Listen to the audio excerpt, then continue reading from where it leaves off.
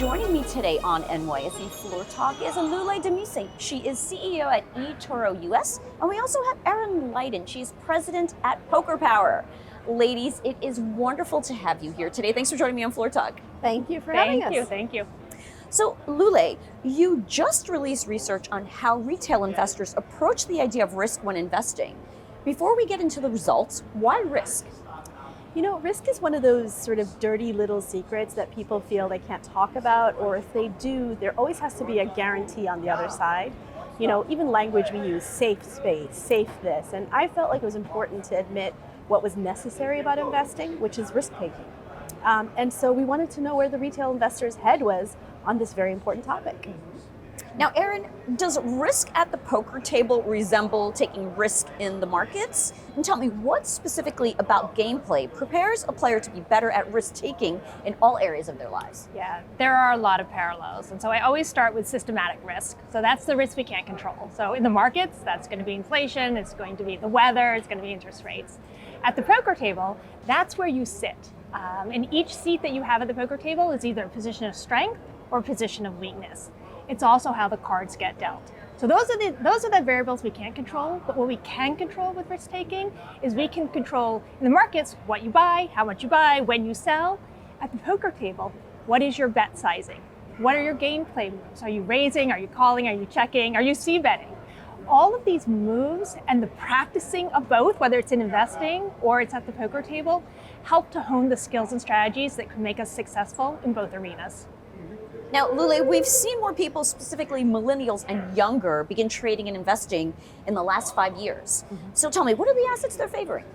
So it's really fascinating. They've become an all of the above depending on the season. So as Erin said, you know, macroeconomics, you can't help that, right? Whatever the monetary policy is, you can't help that. So then they adapt to that mode. So in this moment, where you have macroeconomic policy being as big as it is. And so what you find is they do things like still holding on to their crypto because they do believe that risk taking is essential.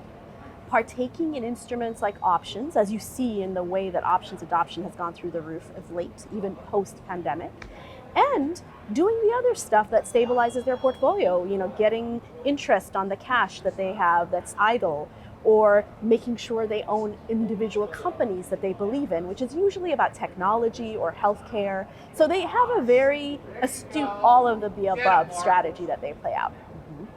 Now, Erin, recent research has found that women outperform men by 40 basis points, yet they're hesitant to take on risk. So tell me, what are some of the key barriers preventing women from embracing and navigating risk in their investment strategies? And how can poker empower women investors to go confidentially all in? Yeah, love it. And I love that we're 40 bits better. But there are really three barriers that we talk about with poker, and it translates right into the investing world. So the first one is the knowledge gap. If we don't know the rules and we don't know how to play the game and we don't know the jargon, which is a real barrier in both of these arenas, we're not going to take our seat. The second one is all around the confidence/risk-taking gap. And so I can teach you the rules. I can teach you to be good at this game, but if you don't take that seat that I'm holding out for you, you don't have the courage to sit down, you're not going to take the risk and be in the game. And then the third one, which is really critical, is the bankroll gap. And I will just say, full stop, women are paid less. And because women are paid less across industry, across title, across country, we have less disposable income to invest or to bring to the poker table. And in doing so, we are saving less, we have less that we can invest, and less that we really can play with and learn from. So until we solve that problem, we really aren't going to be able to tackle a couple of the other ones. And it is confidently in, opposed to confidentially in. Yes. So now, Lule, tell me, how does risk play out over time? Does an investor's risk tolerance increase with age and experience?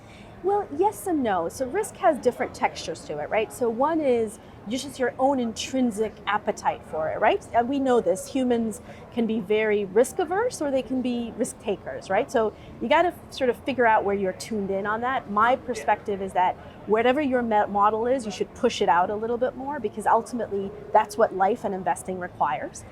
The second part of it is what's your financial situation? As Erin just said, if you have less to partake with, you're going to be more risk averse, right?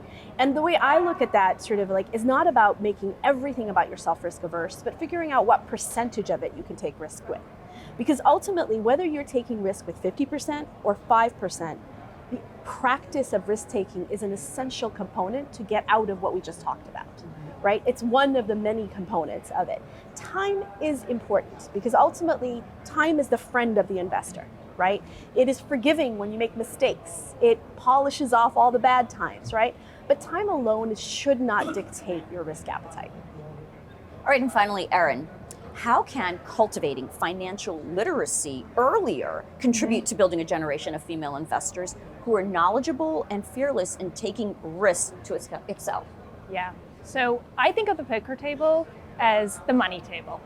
And the sooner that we can get young girls playing this game, the more comfortable they're going to get with the risk taking, with the decision making, with imperfect information, with getting comfortable with asymmetric information, which is really a poker game. There's always somebody who knows more than you know, depending on what seat you're sitting at and how you play your cards. So what we know is that young girls are dropping out of math class and stop raising their hand 6th grade, 7th grade, 8th grade. You fast forward to stepping out on their first rung on the ladder, and they're already going to be behind. Even worse, when you fast forward 30 or 40 years, we have one woman, we have Jane Fraser, who is the CEO of a major financial firm. Why is that? Why are only 10% of the women CEOs? Why are only 10% of the CEOs women? So at every step along the way, and if it can start really young, we can hone these skills, we can build the confidence and the competence with young women being comfortable with money. All right. Well, Lule, Erin, wonderful to talk with you. Thank you both for joining me on Floor Talk today. Thanks for having us. Thank you.